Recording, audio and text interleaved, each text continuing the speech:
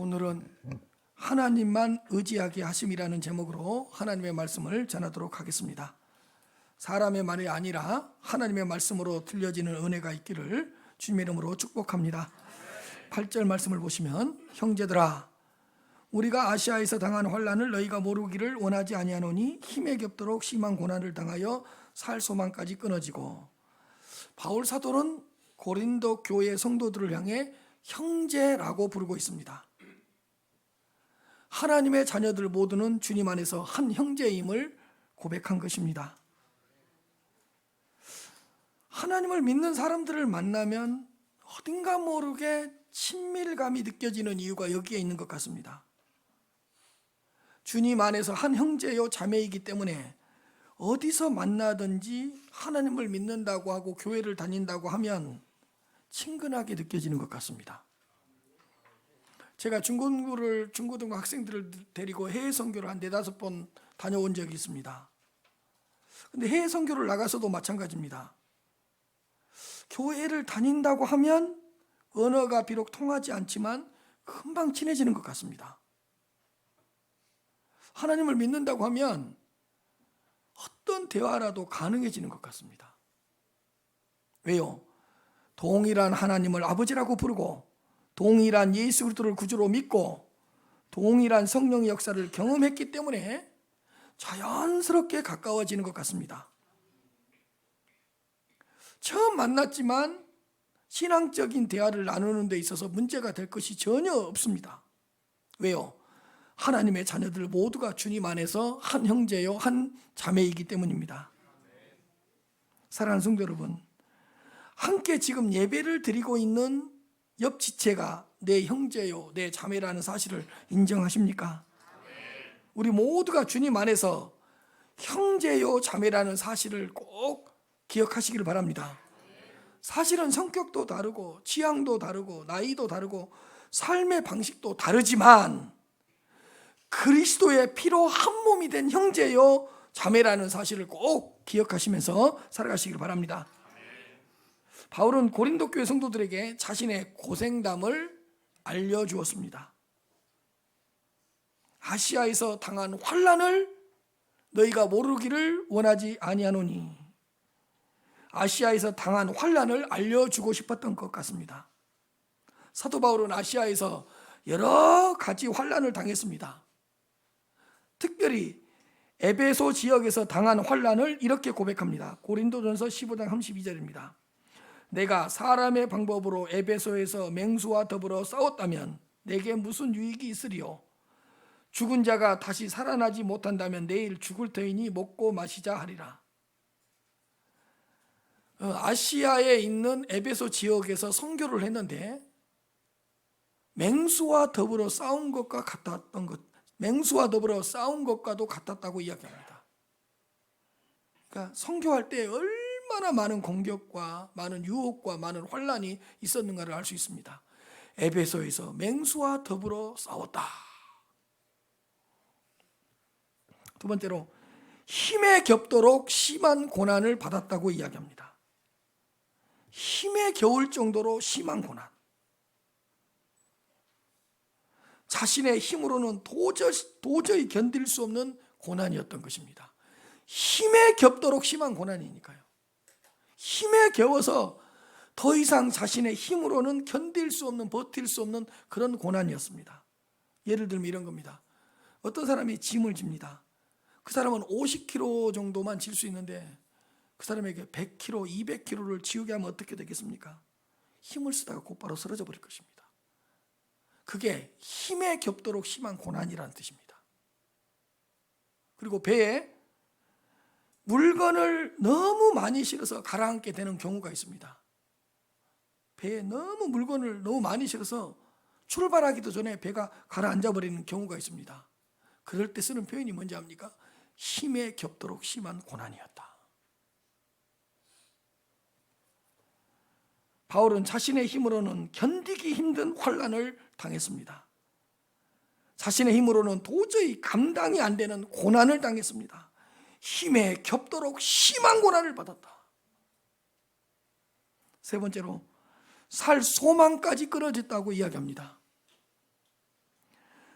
이제는 살 수 있겠구나, 이제는 살겠구나라는 그런 소망까지도 끊어졌던 것입니다. 자신의 힘으로는 살 수 있는 방법도 없었고 마땅한 대책도 없었습니다. 힘에 겹도록 심한 고난 때문에 마침내 살 소망까지 끊어져 버렸다는 것입니다. 다 길이 보이다가 더 이상 길이 보이지 않는 상황이 되어버린 겁니다. 그 환난과 고난으로 인한 그 무게로 인해 이제는 더 이상 살 수가 없겠구나라는 이런 생각을 했던 것 같습니다. 그리고 9절에서는 이렇게 고백합니다. 우리는 우리 자신이 사형 선고를 받은 줄 알았으니 이는 우리로 자기를 의지하지 말고 오직 죽은 자를 다시 살리시는 하나님만 의지하게 하심이라. 바울과 바울의 선교팀은 사형 선고를 받은 줄 알았다고 이야기합니다. 우리는 우리 자신이 사형 선고를 받은 줄 알았다. 그냥 사형 선고를 받아놓고 사형이 집행되는 날을 기다리고 있는 것 같은 느낌을 받았던 것입니다. 고난을 이겨낼 힘이 없었기 때문에 살 날이 얼마 남지 않았다고 생각했습니다. 우리는 사도 바울이 아시아에서 당한 그 환난과 고난이 얼마나 컸는가를 알 수가 있습니다. 우리는 이제 살 소망이 끊어졌다. 우리가 죽는다는 것은 확실하다. 그냥 이 환난과 고난 앞에서 죽음을 기다리다가 죽임을 당할 것 같구나, 다 이렇게 생각을 했던 것 같습니다. 죽음 외에는 바랄 것이 없었습니다. 자신들의 힘으로는 그 환난에서 벗어날 수 없었던 것입니다. 그러나 사도 바울의 이야기는 여기서 끝나지 않았습니다. 고린도 교회 성도들에게 그 다음 이야기를 들려주고 싶었습니다. 바울은 죽을 정도의 환난과 고난을 주신 죽을 정도로의 그런 고난과 환난을 주신 그 이유를 이야기해 줍니다. 이제는 죽었구나, 그렇게 생각할 정도로의 환난과 고난을 주신 목적을 고린도 교회 성도들에게 이야기해 주고 있습니다. 이는 우리로 자기를 의지하지 말고 자기를 의지하지 않게 하려고. 사람은 자기를 의지하려는 교만함을 지니고 있습니다. 부족하다고 하면서 자기를 의지합니다. 나는 연약하고 나는 할 수 있는 것이 아무것도 없다고 고백하지만 돌아서서 자신에게 높은 점수를 부여하면서 자기 자신에게 소망을 둡니다. 나는 아무것도 모른다고 하면서 자기의 지식을 의지하고 자기의 머리를 의지합니다. 자신의 능력, 자신의 경험, 자신의 은사를 의지하고 자신이 가지고 있는 그 작은 어떤 것 하나를 의지합니다. 바울은 자기를 의지하지 않게 하려고 죽음에 이르게 할 정도의 환난과 고난을 주셨다고 얘기합니다. 죽음 앞에 서면 인간이 할 수 있는 것은 아무것도 없습니다. 죽음 앞에서는 그 어떤 것도 그 어떤 도움도 필요하지 않습니다. 죽는다는데요, 뭐.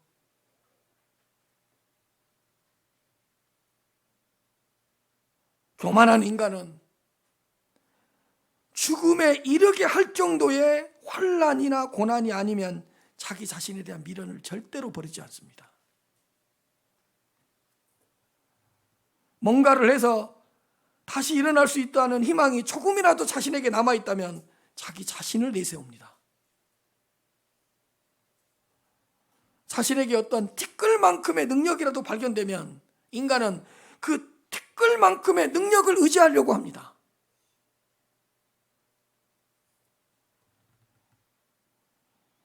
나는 정말 아무것도 할 수 없다는 것을 진정으로 인정할 때 자기 자신을 의지하려는 질병에서 벗어날 수 있습니다. 그 어떤 힘도 남아있지 않을 때에 자기를 의지하려는 교만함을 내려놓을 수 있습니다. 동서남북 다 막히고 이제는 내 힘으로 안 되겠구나, 내 힘으로 할 수 있는 것이 없구나 라고 느껴질 때 자기를 의지하려는 착각에서 빠져나올 수 있습니다. 사도 바울은 사형 선고를 받은 것 같은 환난과 고난을 주신 이유를 깨달았습니다. 죽음의 지경까지 자신을 내몰았던 이유를 알게 되었습니다. 자기를 의지하지 않게 하려고. 자기를 의지하지 말고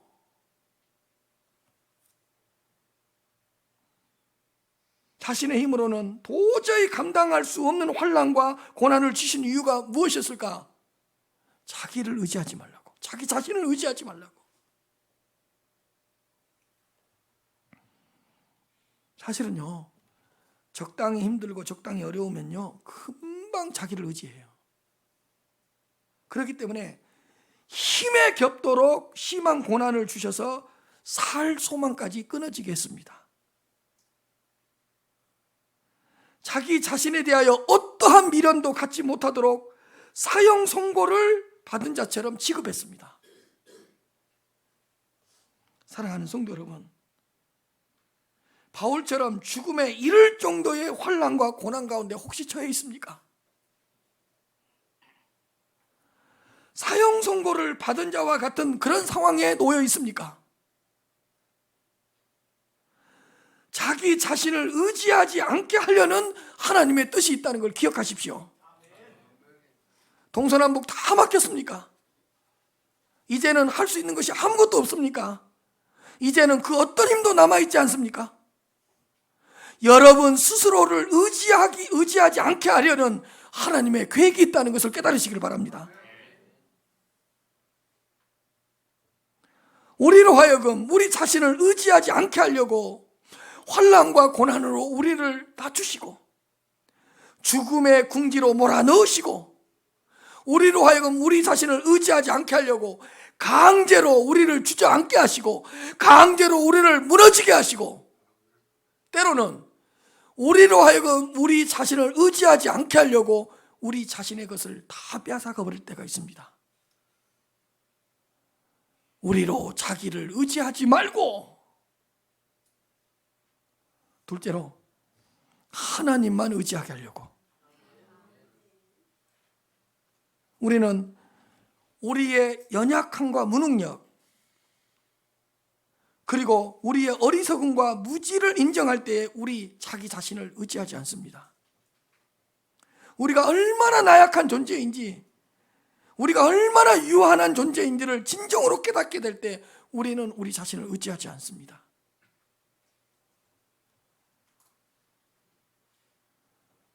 우리 자신에 대해서 실망하고 우리 자신에 대해서 절망을 한 후에 우리는 하나님을 의지할 수 있습니다. 내 자신에 대한 어떠한 미련도 없을 때에 비로소 그때 하나님을 의지할 수 있습니다.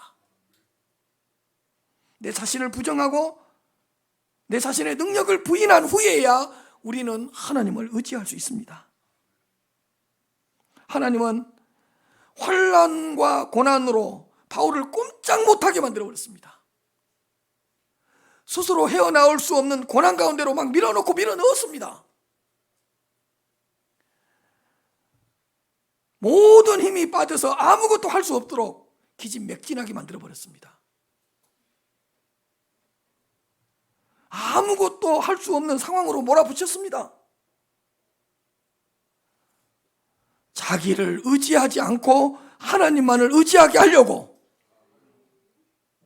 자기를 의지하지 말고 하나님만 의지하게 하려고. 여러분, 하나님을 의지하라가 아니고 뭐죠? 하나님만 의지하게 하려고. 그런데 우리가 의지해야 할 하나님은 어떤 하나님이십니까? 오직 죽은 자를 다시 살리시는 하나님이라고 말씀합니다. 오직 죽은 자를 다시 살리시는 하나님만 의지하게 하심이라. 자기 자신을 의지하지 말고 오직 죽은 자를 다시 살리시는 하나님만을 의지하라는 것입니다. 죽은 자를 다시 살리시는 하나님의 능력만을 의지하라는 것입니다. 로마서 4장 17절입니다. 기록된 바 내가 너를 많은 민족의 조상으로 세웠다 하신 것 같으니 그가 믿은 바 하나님은 죽은 자를 살리시며 없는 것을 있는 것으로 부르시는 이시니라. 아브라함이 믿었던 하나님, 죽은 자를 죽은 자를 다시 살리시는 하나님, 없는 것을 있게 하시는, 없는 것을 있는 것으로 부르시는 하나님, 이 창조주 하나님을 믿었습니다. 죽은 자를 다시 살리시는 그 하나님, 없는 것을 있게 부르시는 하나님, 없는 것을 있게 하시는 하나님, 무에서 유를 창조하시는 하나님, 그 하나님을 믿었습니다.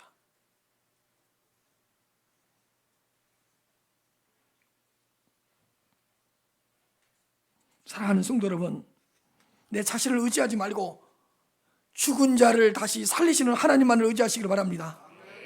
없는 것을 있는 것으로 부르시는 창조주 하나님만을 의지하시기를 바랍니다. 그리고 10절입니다. 그가 이같이 큰 사망에서 우리를 건지셨고 또 건지실 것이며 이후에도 건지시기를 그에게 바라노라. 사도 바울이 이렇게 고백합니다. 하나님은 이같이 큰 사망에서 우리를 건져내 주셨습니다. 그리고 지금도 건져내시고 있습니다.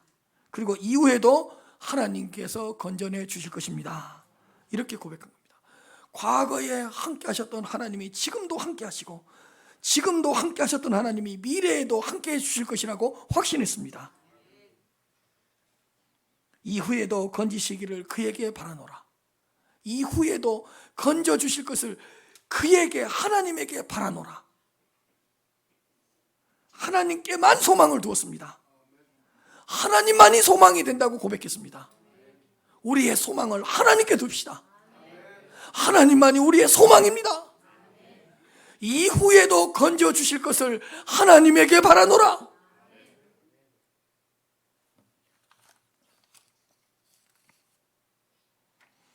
목회를 하다 보면 큰 위기와 어려움을 만날 때가 있습니다. 그 어려움이 올 때마다 참 지금까지의 제 삶과 목회를 딱 되돌아봅니다. 되돌아보면서 그래, 그때 하나님께서 이렇게 건져내 주셨지. 그래, 그때 정말 기가 막힌 방법으로 하나님께서 이렇게 건져내 주셨지. 그래, 그때 하나님이 극적으로 5분 전에 도와주셨지.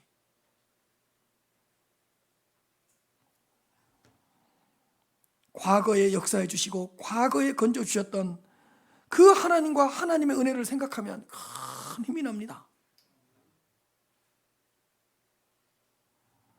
여러분들도 한번 어떻게 여기까지 한번 되돌아보십시오.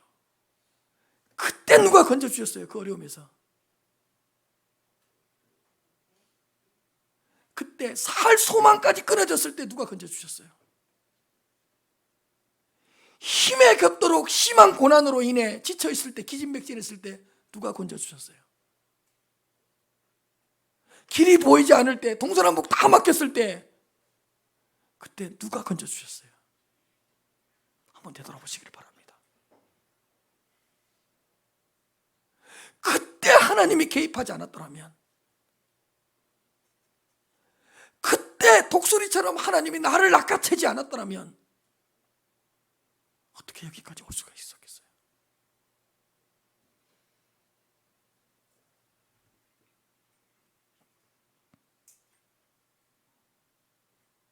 사랑하는 성도 여러분, 하나님은 큰 죽음의 고비에서 우리를 건져주셨습니다. 지금도 수많은 죽음의 위험 앞에서 우리를 건져내 주십니다. 그러므로 미래에도 그 어떤 위험한 고비와 죽음의 위험 앞에서도 친히 하나님께서 건져내 주실 것이라는 것을 믿으시고 확신하시기를 바랍니다. 건지셨고 이후에도 건지시기를 그에게 바라노라. 그리고 11절 말씀입니다. 너희도 우리를 위하여 간구함으로 도우라.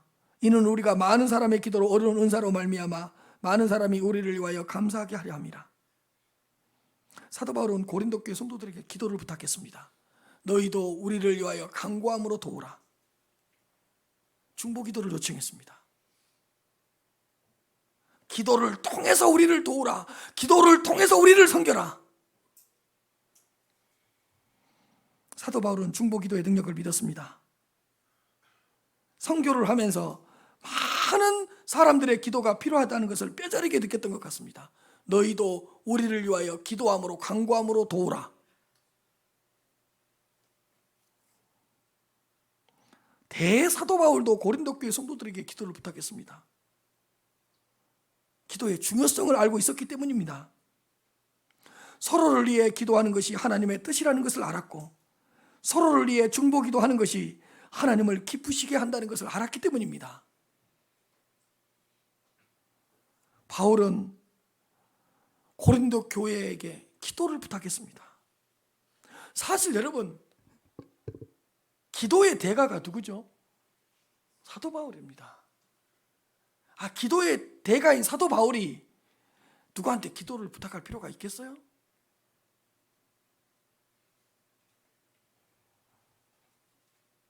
서신서를 읽어보십시오. 모든 서신서에 사도 바울이 빠지지 않고 언급되고 있는 주제가 기도라는 겁니다. 어떻게 보면 기도를 제일 많이 한 사람이 사도 바울이에요.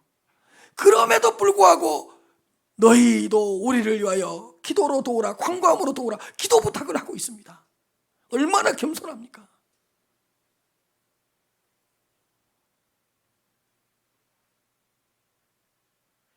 기도를 통해서 도우라고 부탁했습니다. 우리가 이렇게 선교를 하고 있다, 우리가 이렇게 환난과 위험에 처해 있다, 고린도 교회 성도들이 우리를 위해 기도해 줬으면 좋겠다, 중보 기도해 줬으면 좋겠다. 여러분, 얼마나 아름다운 말이에요.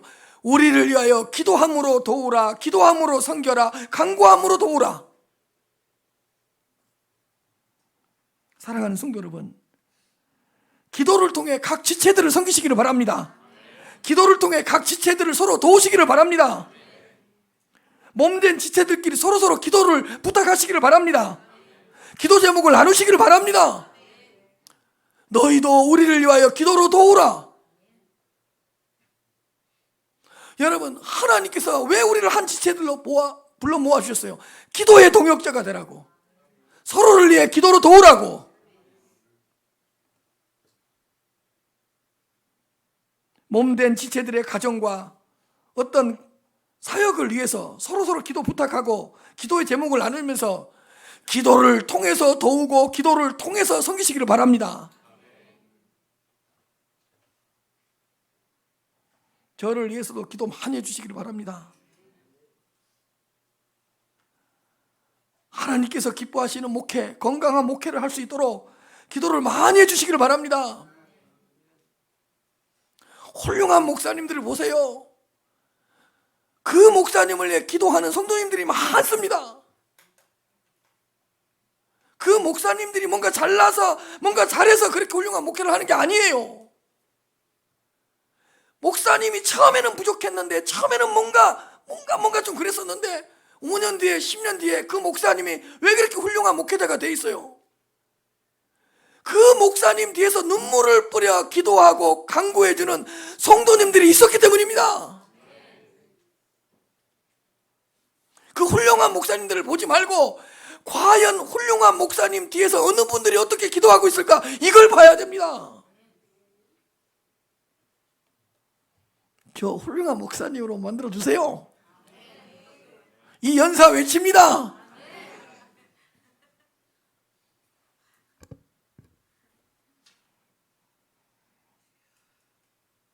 성도님들의 기도 없이 제가 어떻게 목회를 하겠어요? 금방 느껴요, 여러분. 제가 어떤 한 주에는 좀 기쁘고 즐겁고 목회가 조금 원활하게 좀 된다 그럴까요? 그때는 뭘 느끼냐? 우리 성도님들이 기도를 많이 하고 있구나. 이걸 또 느껴요. 그 어느 한 주에는 어딘가 모르게 팍팍하고 목회가 맡겨요. 그냥 별로 힘들게 목회도 안 했는데 힘이 빠지고, 우리 성도님들이 이번 주는 기도를 덜 하고 계시는가, 나를 위해서. 금방 느껴요.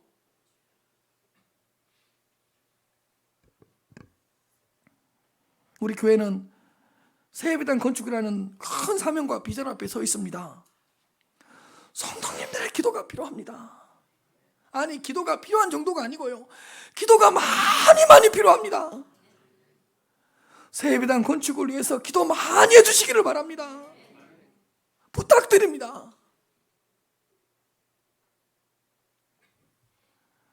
착공해서 준공될 때까지 긴장을 늦추지 말고 날마다 기도해 주시기를 바랍니다.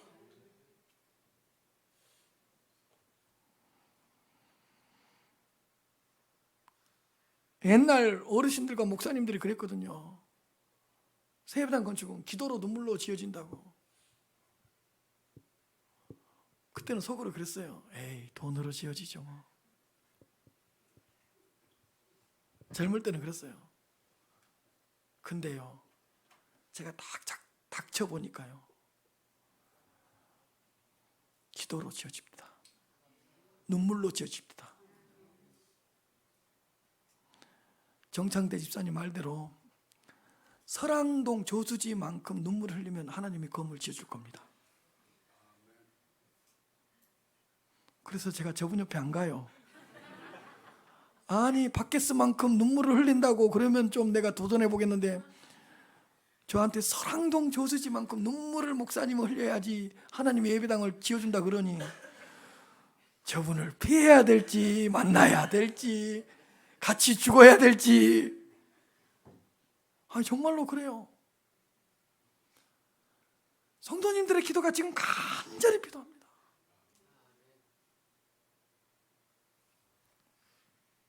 우리 장로님들, 권사님들의 기도가 필요하고요.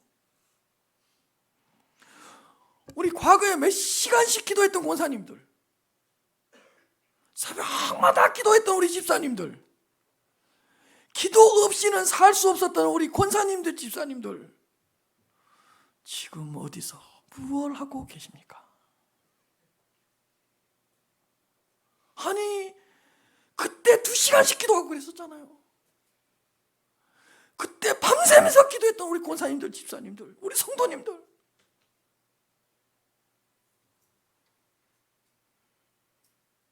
죽인다고 그래도 철합에 나가서 기도했던 권사님들, 방문을 걸어 잠가도 교회에 가서 기도해야 된다고, 예배 드려야 된다고 방문을 차고 나왔던 우리 집사님들,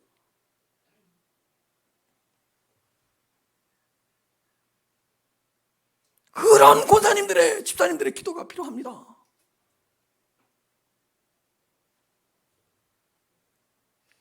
지금이야말로 다시 깨어 일어나 기도해야 될 때입니다. 믿음을 회복해서 다시 부르짖고 부르짖어야 될 때인 것 같습니다. 너희도 우리를 위하여 기도함으로 도우라, 간구함으로 섬겨라. 우리 기도로 섬깁시다. 간구함으로 도웁시다.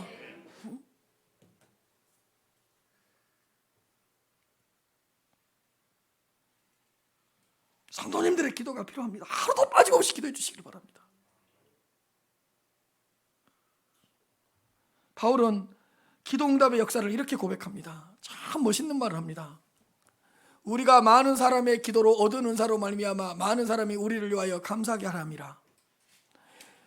자, 보세요. 사도 바울이 이렇게 고백해요. 우리가 많은 사람의 기도로 얻은 은사가 있다. 많은 사람의 기도 때문에 얻은 은사, 많은 사람의 기도 때문에 받은 축복, 많은 사람의 기도 때문에 얻은 그 은혜가 있대요. 그러니까 많은 사람들이 바울의 선교통을 위해 기도를 했나 봐요. 근데 그 기도로 말미암아 얻은 은사, 얻은 축복이 있대요. 두 번째로, 그렇다면 많은 사람이 바울의 선교통을 위해 기도를 했어요. 근데 기도한 대로 사도 바울의 선교팀에, 사도 바울 전도팀에 막 은사가 임하고 축복이 임하고 은혜가 임했어요. 그래서 많은 사람들이 기도 응답의 은혜를 같이 봤어요. 그렇다면 많은 사람들이 이제 하나님께 영광을 올려드리고 감사를 할 거 아닙니까? 얼마나 멋있는 고백이에요. 그러니까 이거예요. 많은 사람의 기도를 얻은 은사, 많은 사람의 기도를 얻은 축복.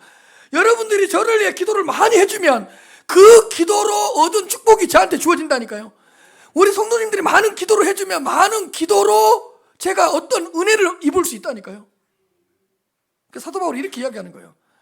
한 사람이 우리를 위해 기도했다. 근데 그 기도에 하나님은 응답해 주셨다. 그러면 기도해 주는 그 한 사람은 자기가 기도를 했기 때문에 우리에게 어떤 은혜가 임했는지를 보게 될 것이다. 그리고 그 한 사람은 하나님께 영광을 올려드릴 것이다. 한 사람이 기도했으니까 몇 사람만 감사할 수 있죠? 한 사람이에요.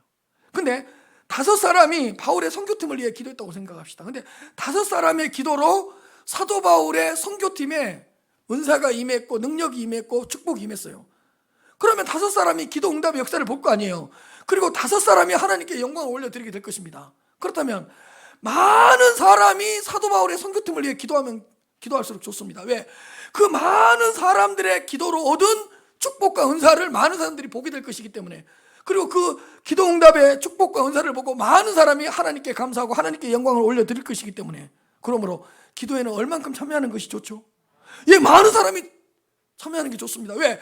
많은 사람이 기도를 하고 그 응답을 많은 사람들이 본다면 많은 사람이 하나님께 감사하고 하나님께 영광을 올려드릴 수가 있기 때문입니다. 보십시오. 우리가 많은 사람의 기도로 얻은 은사로 말미암아 많은 사람이 우리 때문에 하나님께 감사하게 하려 함이라.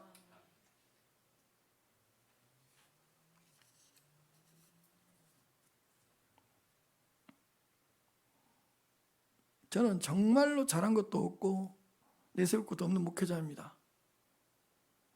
제가 지금까지 이곳에서 13년 동안 목회를 하고 목회자로서 서 있었던 이유는 뭐냐? 우리 성도님들의 기도예요. 한 번은요, 제가 새벽 기도를 하고 핸드폰을 놓고 집을 갔어요. 핸드폰을 찾으러 내려왔어요. 근데 한 권사님이 다 교회를 위해 기도하고 저를 위해 기도하고 있더라고요. 나 핸드폰을 찾으러 왔는데 얼마나 울면서 우리 목사님 위해 기도하는지. 제가 핸드폰을 가지고 갔겠습니까? 제가 핸드폰을 가지러 가서 들 수가 없었어요. 야, 저렇게 목사님을 위해서 기도하는구나. 저 정도로 처절하게 기도하는구나. 이 13년 동안의 목회가 내 힘이 아니었구나. 내 능력이 아니었구나. 누가 보면 자기 자식이 위해 기도한 줄 알겠다.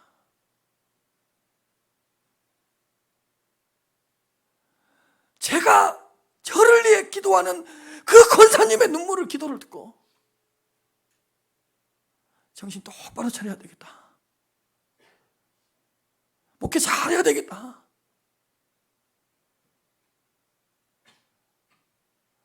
저 기도가 내 목회를 살려준 거구나.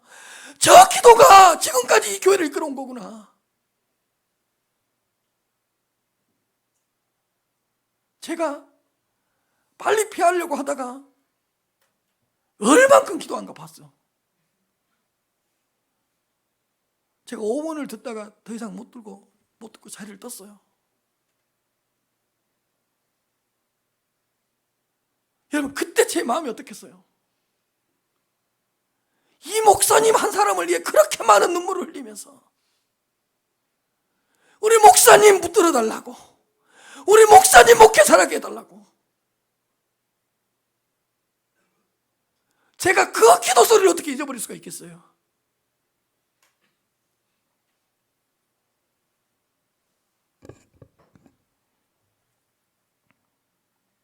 제가 그래서 돌아가면서 참 복이 많은 목회자, 참 복이 많은 목회자다 내가.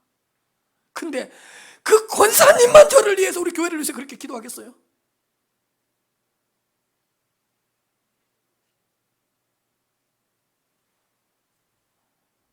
그래서 절대로 교만하면 안 되겠구나. 제가 얼마나 다짐했는지 몰라요.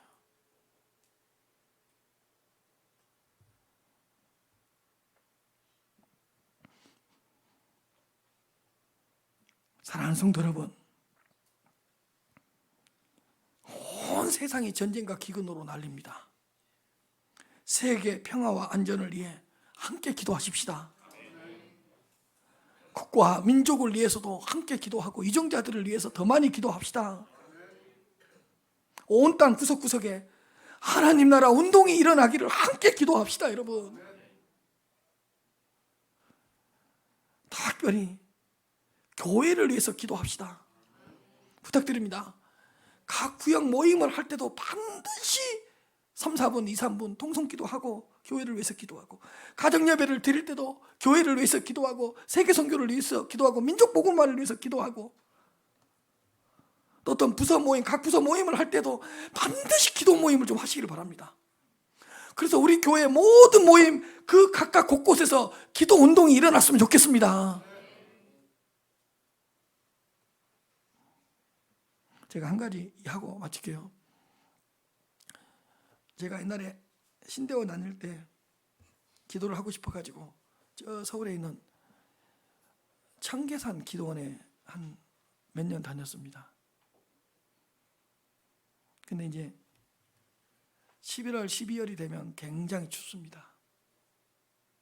근데 그 산은 기도원에서 기도를 하는 게 아니라 그냥 산에서 기도를 해요.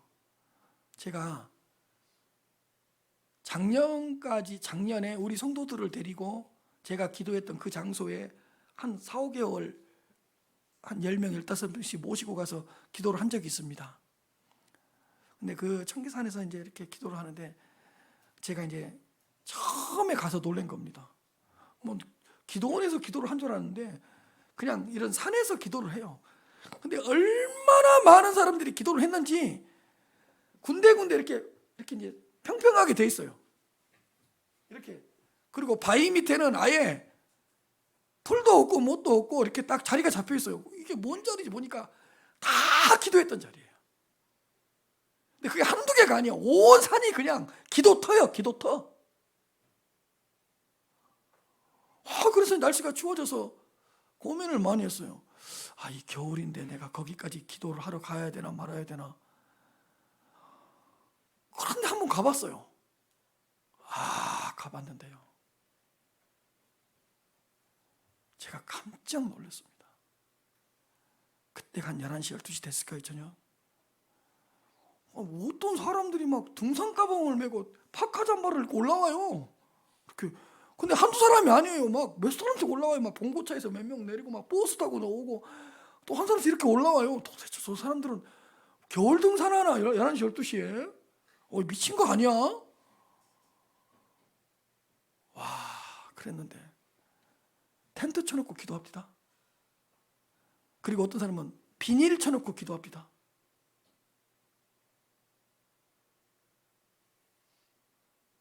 그때 제가 한국교회가 이래서 복받았구나. 한국교회가 이래서 살았구나.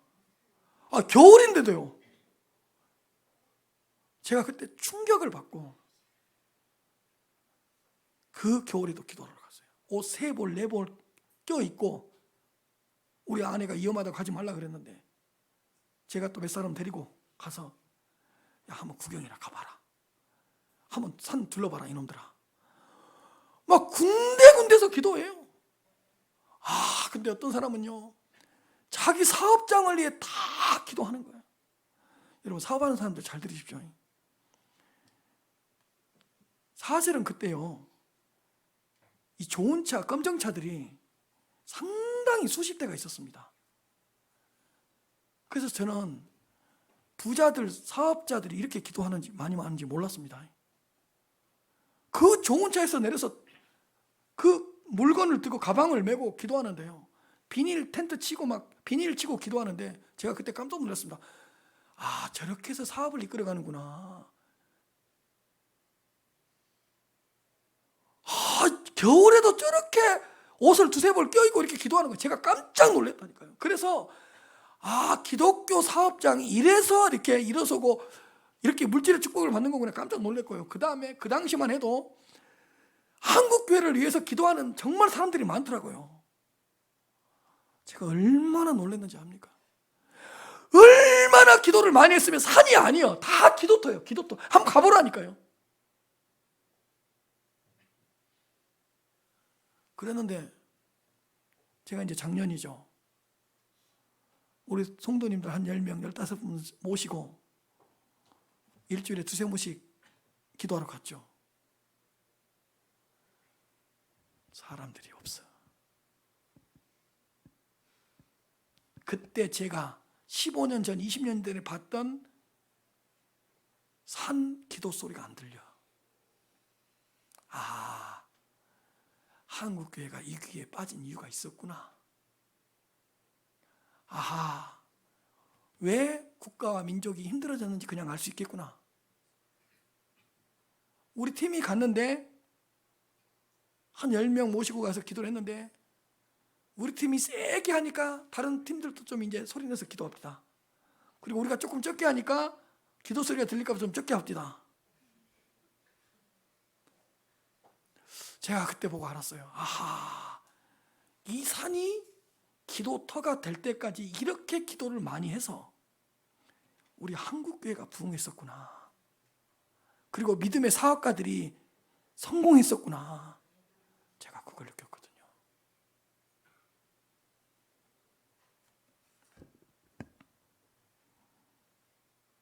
기도 운동이 이제 일어났으면 좋겠어요.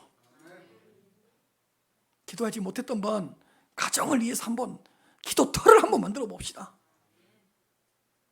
여러분들 자녀들을 위해 한 목숨 걸고 기도해 봅시다. 이번 기회에 세배당 건축을 위해 우리가 함께 한번 기도해 봅시다.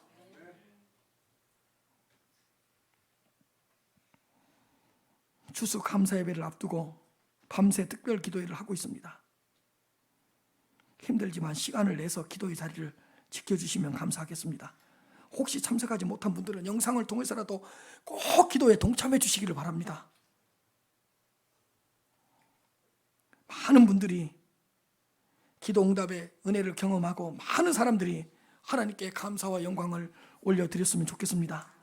지금은 우리 모두가 다 함께 기도해야 될 때입니다. 영적인 잠에서 깨어일어나 함께 부르짖을 때입니다. 기도의 직분자들이 되시기를 바랍니다. 기도의 피택자들이 되시기를 바랍니다. 기도의 일꾼들이 되시기를 바랍니다.